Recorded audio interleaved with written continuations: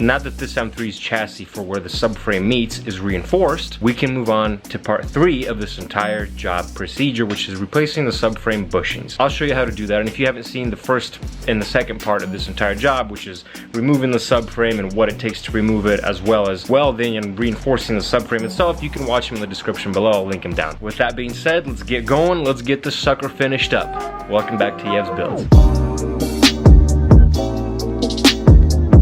Next up on the agenda, I think I'm gonna remove the diff in order for me to replace these bushings right here, as well as the main one over there. So this is gonna be a 21 mil bolt right here. It's the front of the diff. It's the one that's just one up front on the right side. This one's gonna be an EP14 socket. It's gonna be like this, an EP14 socket, as well as that. That's an EP14. Before we remove the diff itself, we need an EP12 socket, which means we gotta remove the actual axle bolt. You remove these 6 bolts on each axle.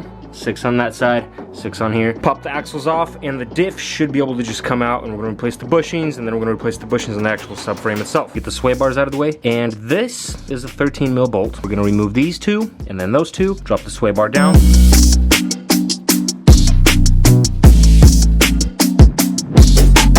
A little bit of food for thought. This 21 mil bolt that's in front of the diff bushing, right? Apparently, BMW has a problem with these snapping in half, and a lot of times your diff is just gonna wobble like that, and you're gonna hear a clunking sound. A lot of times that could be this. So be mindful, just replace these to an updated bolt. It's just some food for thought.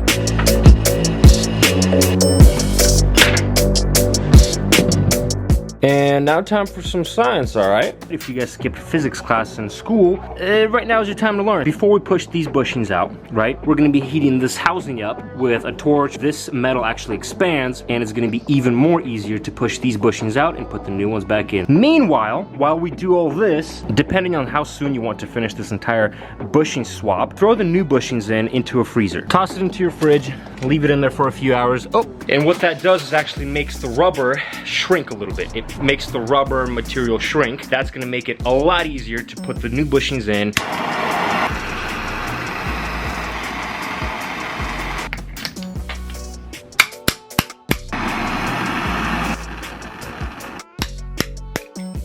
There we go. One out, one more to go, and then we're gonna be doing the subframe one. Got it. This front differential bushing was kind of a doozy to get out, but it's definitely doable. Just heat up this entire area, heat it up, and keep giving it some good pounds. Try not to hit the actual subframe itself, not to damage it, because it will be weaker technically if it's heated up. So I figured this, since the main subframe mounting bushings are much bigger than the differential ones, it's gonna be much more difficult to take them out with the same method. And I don't have a bushing puller or anything. I honestly don't know how you would be able to use a bushing puller in the situation, because there's nothing really to grab onto. It's all kind of a weird shape. So I figured, you know what, I'm gonna remove everything. I'm gonna remove the upper control arm and the lower control arm, since also I'm replacing the lower control arms to adjustable ones. All the upper and lower control arm bolts and nuts are all gonna be 18 mil. So there's an 18 mil nut here, there's an 18 mil bolt on the inside of the subframe, as well as the lower control arm, the adjustable one that I'm gonna be putting on. That's an 18 mil, and there's a stopper right here on the other side. That way you can actually remove the 18 mil bolt for the lower control arm. So that way, the upper and lower control arms are both going to be removed, and I can take the subframe out and make sure that these bushings are removed properly and nicely. At that point, maybe I'll even powder coat it or sandblast it. I don't know. We'll freshen it up, make it look better, make it last longer. So yeah. And so while we are talking about the lower control arms being replaced, I just wanted to give a huge shout out and huge thank you to Dave at Turner Motorsports. He again came in clutch and hooked me up with these lower control arms, adjustable ones. These are solid, man. I've wanted to get these for some time, and they are great, and I'm stoked to put them on. So Dave at Turner Motorsport, thank you again. Turner, thank you, appreciate it.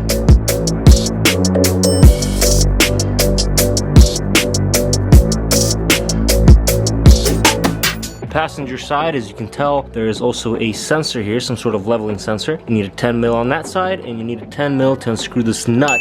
That way we can remove the sensor and get the subframe off. When you're adjusting your lower control arms, the adjustable ones, you take the side that you're gonna install whichever lower control arm to.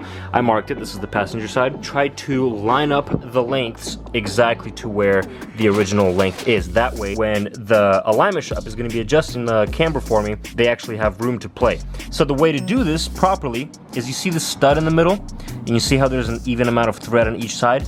you want to extend this piece out as far as you need for it to match up to this, and you want to have the same amount of thread on each side. You do not want the thread to be completely gone on one side and a bunch of thread on one side, because that's wrong. Turner Motorsports explains that you have to be completely at 0, so there should be 0 thread showing. But since I'm not running too much camber, I'm gonna actually pre-adjust them to the length of the OEM lower control arm. That way I have an even amount of length, and the alignment shop could adjust it just ever so slightly either way.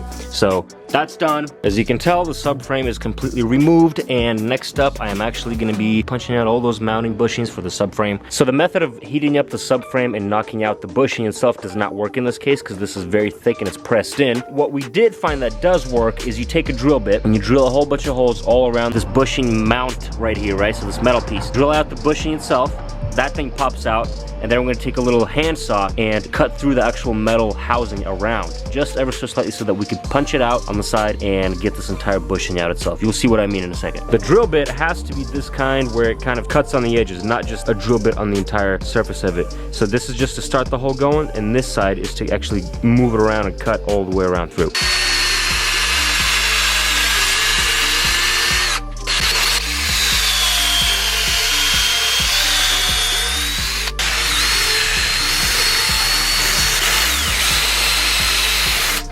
There you go. So what you do at this point is you take a handsaw like this that cuts through metal. You cut the housing of the bushing itself all the way up until it's the actual subframe. Don't nick the subframe, try not to nick the subframe, but just get through the bushing itself all the way across, and then we're gonna punch it out and unbend the actual metal piece. Just like that, make a groove in it, and then you take a flathead from one of these corners right here and you kind of start punching it out with the hammer. Go.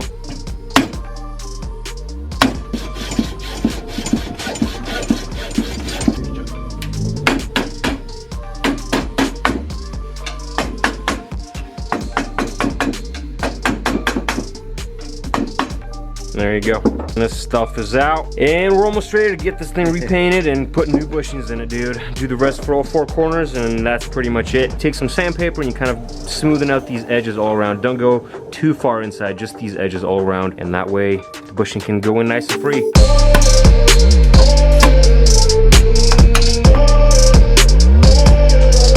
So when you're ready to install your new bushings, you can pull them out of your fridge. Let's do the subframe bushings first. This part number right here, PFR5-4611, that is for the rear subframe rear bushing. So if we're looking at the subframe, obviously it's in the rear, but these are the rear bushings of the subframe. So these are the front ones, these are going to be the front ones.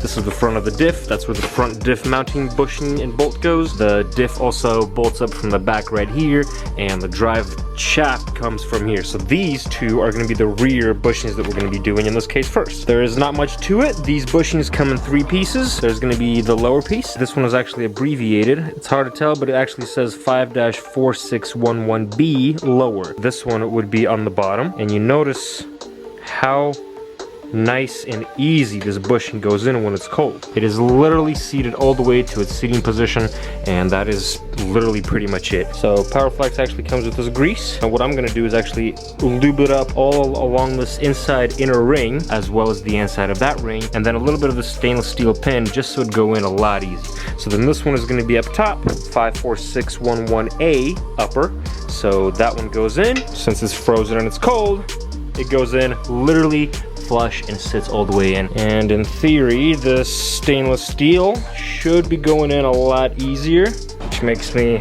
a lot happier. There we go. Would you look at that? Make sure it is sitting flush on both ends. And that is it. Make sure both bushings are sitting flush with the actual subframe, and that is how you do each corner. So let's move on. This part number right here, PFR5-4610, that is going to be the rear subframe front bushing. So if you imagine this is the front of the subframe, this is where the front of the diff is, this is where the driveline is going to be. These are going to be the front bushings of the subframe. This bushing set, they're a little bit different in shape, in size, and everything else. So the way you can tell which one goes up top and which one goes on bottom, the bottom ones don't have a part number actually, but this is the funky shape one. So you could put this all the way on the bottom, Just slide her in. Since it's straight from the fridge, it's still cold and shrunk. Put some grease. Be generous. Apply it in there. You can see right here, this flat one has a part number right here, PFR54610A. Fit the upper part, PFR54610A, into the subframe up top. So these go up top right here. You see how this upper rubber piece has a cutout, and it goes all the way to about the other half. Make sure that these cutouts align with the actual subframe itself. Otherwise, your bushing is just not gonna sit too flush. So, wherever the cutout is, make sure that is where the subframe is seated. And now take your stainless steel pin, it slides in pretty nice. This bushing's starting to come out a little bit. Took this little clamp right here, clamp down both sides of the bushing so that this wouldn't move anywhere, and put the pin in as far as I could, and then took another set of these and squished it all back to itself, and it went in smoothly, and it's all good now.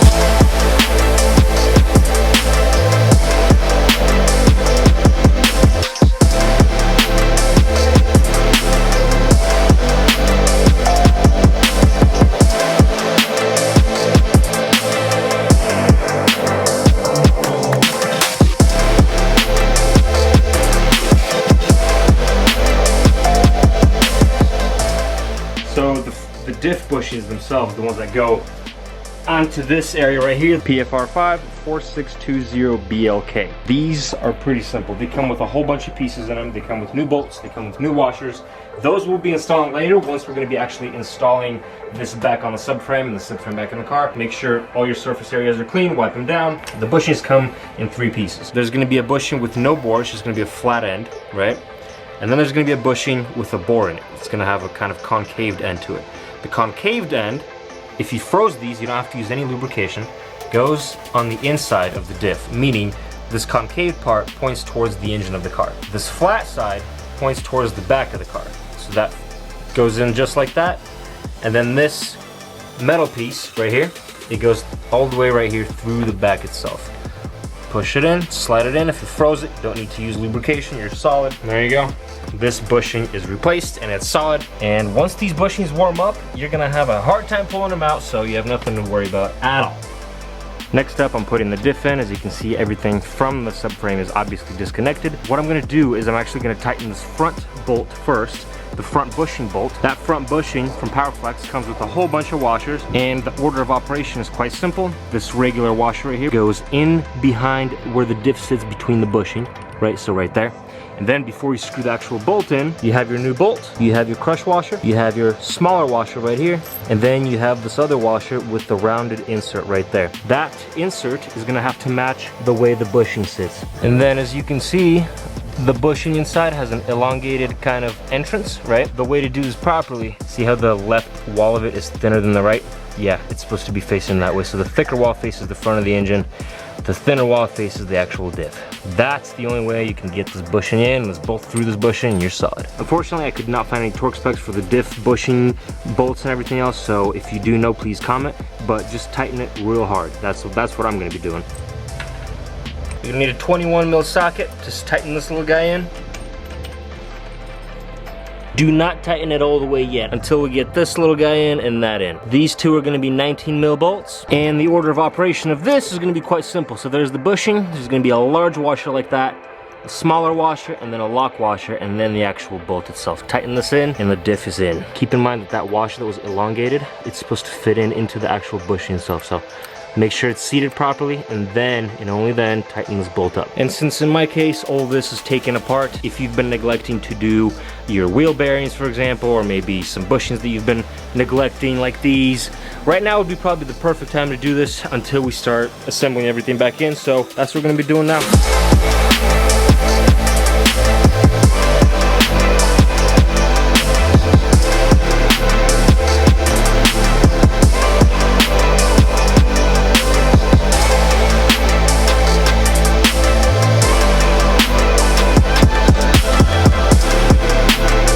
Well, and here here we have it. The subframe is all back on. It's definitely a lot easier if you do it all kind of at the same time. As long as all your bolt holes are mounted up evenly and it's not going in sideways, or you know what I mean? It's just as long as all 4 corners go in at the same time, you are solid and you're good to go. This is sweet. Again, wanted to say a huge thank you and shout out to Turner Motorsports for supporting me and hooking me up with these, man. This is so sick. I cannot wait to get the same camber on all 4 wheels. It's gonna be freaking nice and sweet. Dude, POWERFLEX, thank you. These are sweet. I am solid. I'm safe. Make sure that every single bolt that you've loosened up and untightened is back in tight together. Make sure that this sensor right here is all plugged in. Make sure that every bolt that you've unscrewed is tightened. I'm gonna be putting all the shields on and the exhaust on, obviously, but after that we're taking it up to a drive. Make sure to route these e-brake lines through while you're supporting this with like a jack or something while you're putting this entire subframe back on. You got to route these kind of at the same time while you're putting this entire system back in. So you route them in and you tighten them in from the inside. Also, while I was down here, I decided to replace my differential fluid. I used OEM BMW diff fluid.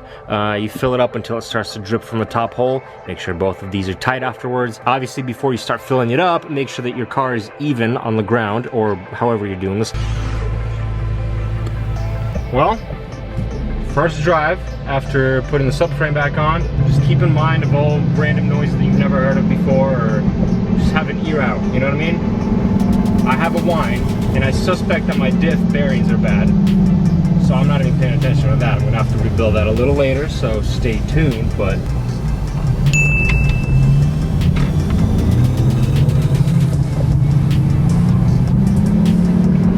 I can't even really step on it because if you don't know, while this car was up and I was doing my subframe, I actually did my rod bearings also. For that video you can hit right here. But dude, wheels didn't fall off, so clearly the subframe is all good, man. We're good. If you are not aware of this channel, we're doing a whole bunch of stuff. I have E39 M5 that needs some love. I'm doing a V10 swap into another E46 M3. It's not this one clearly because, well, the rod bearings didn't blow on me, so we're good.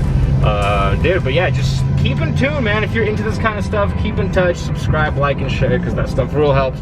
But that's it. Peace.